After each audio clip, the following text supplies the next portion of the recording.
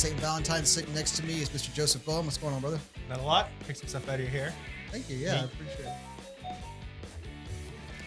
I love having our band leader intro us in when we're talking, but he's really got to learn to pick his spots. He needs to learn his place. His timing is off. It's so bad. But the chops are good. Play something.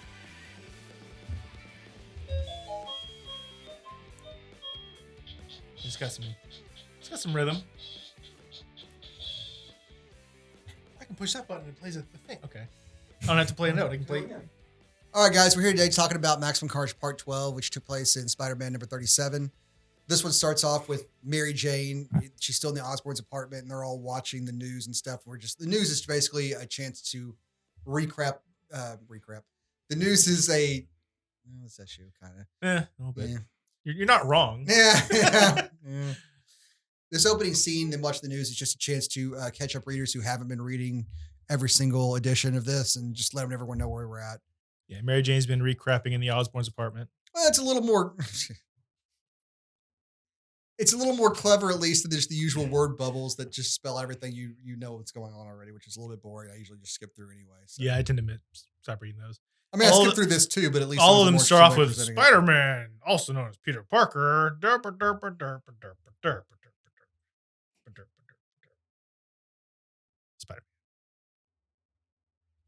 Then it starts. I don't think anything else can be said on the subject. That's it. Good night, guys. All right. Sorry, motherfucker. After we get the little bit of exposition dump, Mary Jane, I think, lays into Peter Parker's dad, who's going on his pessimism trip about how things are all terrible. And since she finally had her change of heart last issue, she's like, the heroes are going to do good and they're going to win. You just shut the hell up and I don't want to hear from you anymore. And May's over there sipping her tea like, you tell them, bitch. May's over there doing the little salt sprinkle. Yeah, lay it on. Lay that sass on MJ. The Kermit drinking tea. Yep. Like while this is going on, the Osborns are just hanging out too. Drinking tea needs to become a meme on itself, just like. Yeah, I like that while they're going through whatever they're going through there, the Osborn family is just chilling on the couch. Well, they're sitting back watching the fireworks, like, oh yeah, look at them fighting it out. Yeah, at least we're not trashy like that Parker family. Well, when your husband's dead, you kind of got more things to worry about than the bickering over bullshit, I suppose. I imagine at one point in time, like, why are you people all in my house still? I wish Richard Parker was dead and not my husband. So after we get the little exposition scene and MJ chews out Peter's fake dad, we cut to Venom, and Venom's like pleading for mercy for Carnage to stop, hurting him, and Carnage is just slapping it all up. But while he's doing this, apparently he sent a piece of the symbiote into the sonic gun. And broke it. And so apparently the fire has been kind of keeping him weak, but not weak enough. Like the symbiote will eventually kind of reform. So they're using that sonic to keep it down. So he let himself build back up. And then when it came time to use the sonic gun again, it was broken. That's how he was able to just bust Smash out through immediately afterwards. Cause just because the sonic gun's broken doesn't mean the fire's not still there. But I was like, all right, I'll give it to him. Maybe he wasn't close enough to the fire. No, he was still over the fire, but maybe he's a little too far away from it. I don't know. No, he was dangling over the damn fire. It wasn't proximity to the fire. It's just that the fire by itself was not enough, and the symbiote was able to reform over a period of time. And it took the sonic gun to blast it back down to like let's say it's a percentage, right? Take the sonic gun and blast it down to like 10%. And if he was just there by himself, say it rises like this back to 100, right? The fire there, just kind of doing this. So yeah. But he breaks out and he's like, oh, by the way, I was just tricking you by pretending to be beat. You're the crybaby in the group. You're the one that pleads for mercy. I never would do that crap. I was just suckering you in, and punches Cletus and rescues himself. Yeah. He just frees himself. Books it out of there to go. That's the baddest ass thing anyone's ever done with a mullet since. Well, again, we keep going back to Brock Sampson. Everything he does is badass. Make you break your heart. Yeah. Some of the notes. All right. So after Venom pulls off his badass escape in his rockin' mullet, Brock Sampson style. I don't know where he goes. I don't think we see him the rest of the issue, do we? He just gets away. That's it.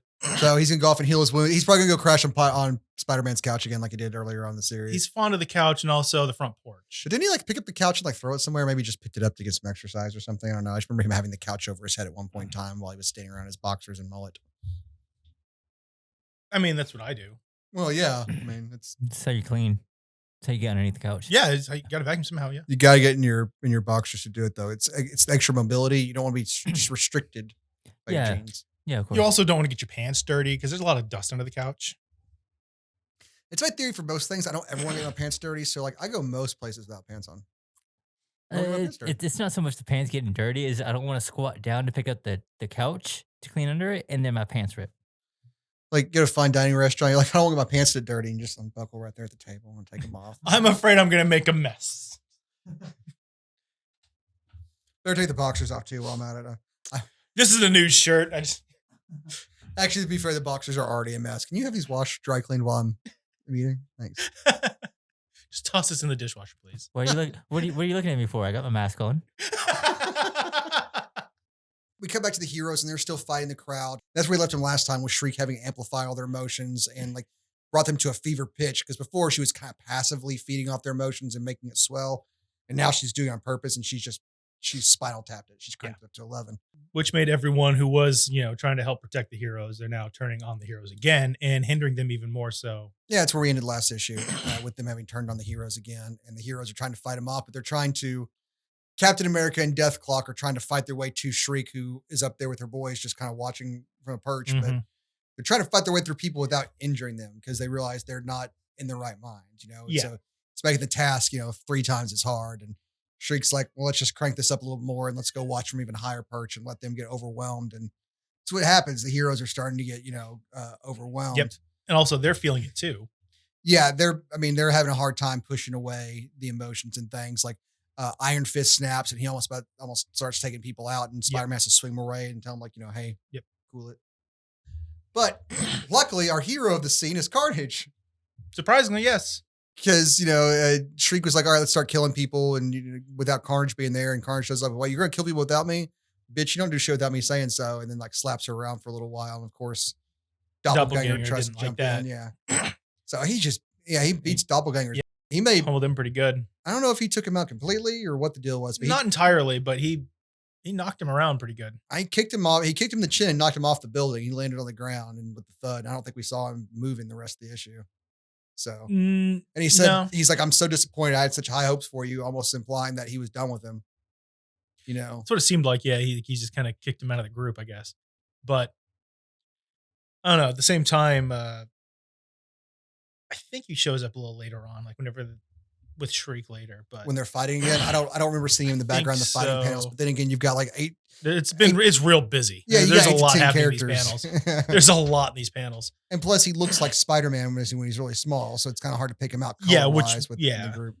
Yeah, but after he does that, with he even says anyone else feel they want to leave, and Demo Goblin actually said he was going to leave because he didn't like what was going on. Yeah, well, Demo was never really on board completely anyway. It was just like, oh, you're going to kill a lot of people and I want to kill people, so I'll just follow in your carnage, but no pun intended. But I won't, I don't need to be taking orders from you, fuckstick. And so anytime Carnage gets his big boy pants on, would you stop playing footsies? Gets his big boy pants on, it's like, oh, fuck this noise, which is honestly about the right attitude to have in these situations, especially if you're powerful enough to tell Carnage to go fuck himself, which is, a power that few people actually have. At this point, yeah. So before Demogoblin can bounce on out of the group, our heroes show up, or our heroes, I say show up. Our heroes kind of like, hey, we're still here. We've got the crowd under control now. Matter of fact, we even got them. Now that Shriek was, Carnage slapped Shriek around, she lost her hold on people, and we got them under control. We've moved them all out of here, and now you're going to face us. So let's rumble here. Yep. And before the rumble can start, we see why Cloak has been feeling pulled to his church over the last 2 issues. Apparently, he shows back on the battlefield with Dagger, and she is not dead. She was just, I don't know, shattered into light prisms and had to recongeal at the church. I don't know. I'm sure they'll come up with something, but it's comic books. No one's really dead. Ever. Okay. This issue, I don't feel like a lot happened in this one. Not really. I feel like it was more of a wrap up for the last 2, honestly. Well, it's just like the heroes were on their heels the entire time, and they're just getting overwhelmed by a mob of people being swayed by Shriek. It seems like especially after the years of the Marvel movies and things being so big and so epic, it just feels like they've overcome bigger things before, and they're just getting overwhelmed so quickly. And the only reason they were able to get out of this was because Carnage is an egomaniac, and he got butthurt because he lost Venom, so he came and took it out on his family. Yeah. Had he not done that, the heroes might have been defeated. But I mean, I guess it's kind of a Joker and Harley Quinn sort of situation. Like the one animated series episode where Harley captured Batman, was going to take him out. Joker walked in immediately and just backhanded her ass and threw out a window and then let Batman go. Cause it's like, this is not the game we play. Yeah, this is mine. I'm doing this. This is not the dance we dance. But Carnage is just a little more brutal. Yeah. This episode this issue was not, I mean, it was what it was. It was just something to get us through. And I mean, like last issues, MJ and Spider-Man kind of come into their conclusions that what Spider-Man has to do is the right thing. I mean, that issue, other than that little bit, felt like filler, but at least it gave us something like that. I don't think that this one had. It didn't have anything like that whatsoever. It didn't have anything like that. This was almost just a. At most, I think what it had was it this one or the last one where, I guess with Shriek's thing, Spider-Man is having a hard time handling things, and when Iron Fist. That was this one when Iron Fist and her were Iron Fist and Spider-Man. Because Iron Fist did the silent treatment to New York City, and then they felt bad about it. They did the silent treatment, and then Spider-Man wanted to learn how to do the silent treatment. That was all in this. Okay. So he centers himself, and he gets everyone around him to calm down. But then another wave of people comes behind him, and he can't calm them all down because he can't stay centered. So he finally gets pissed and starts to try and punch somebody. And Spider-Man sweeps up and pulls him away. That's what it was. Yeah. And he has to learn how to do that. And Iron Fist said, well, yeah, I can teach you, but it'll take 8 to 10 years. And Spider-Man punches out a chimney. Yeah, it seemed like which is kind of out of character for him, but it seemed really out of place altogether because I thought it was just kind of funny banter. I didn't think he was serious about learning it. And then when he's like, "Oh, you can't learn it except for you can't teach me and smash things," yeah, yeah. Then he like punches something like a pissed off teenager, which makes me think that was probably part of Shriek's stuff because they were also kind of combating that as well. Yeah, amped up. And she's amping up their despair, their resentment, their anger, all those things. So. Right. So I think that's probably where that came from. Luckily, Carnage is there to save the day because can't stand, anyone succeeding without him being there, I suppose. I mean, I understand how that goes. I can't stand when you guys do anything without me. I get bitterly jealous and sabotage the shit out of you guys. That explains my car's brake lines. Mm-hmm.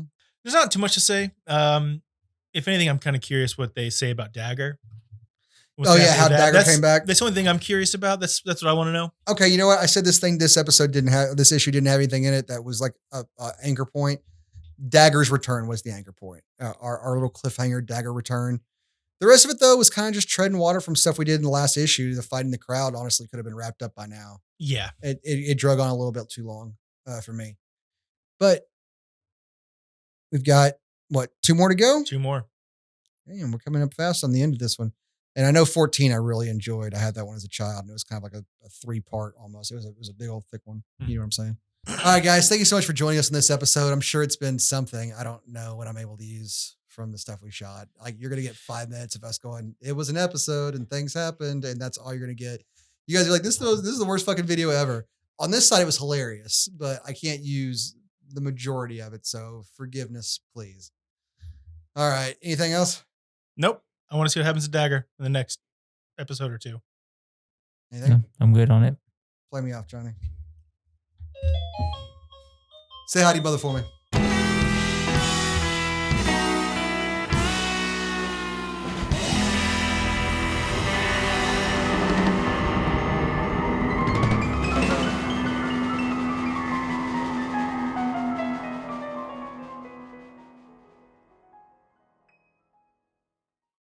The courage you displayed pulling that out of my hair tells me that you're ready now. I mean, I was ready to pull whatever pita chips out of your hair. I'm glad that pita chip. That's the first step, and you've proved to me that you were able to do it. See, the ability to spot a pita chip by Tim Burton-esque Robin's nest of a hair shows me your minute attention to detail, which tells me you can handle this. You been buying this bullshit? No. Okay. No. I don't know. Clam Slam sounds like a like Bloodhound Gang meets Thrash Metal. He doesn't know his place yet. No, man, that could have been. You gotta wait for him to hit the punchline before you play. Can I get the punchline out, please? Electronic FGABCDEFG. I think that's his name. That's what it says coming across here. I just Sid Vicious him. All right. So at least he actually played notes. He was actually. Well, he's got batteries, but he's technically plugged in.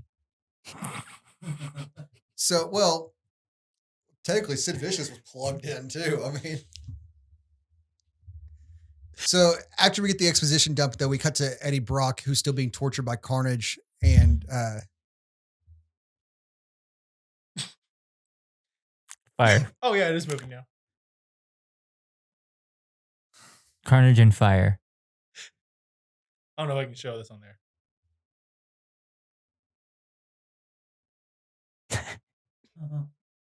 What was it, old phone company? What? SCIMANS? Yeah, Siemens. Know anything about this? yeah, their logo was put a semen in your ear. Just one. Yeah. Just.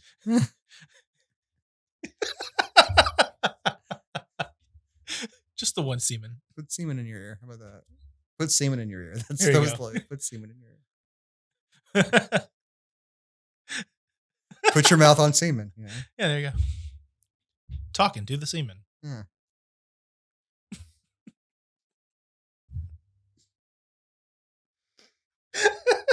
I hate my life.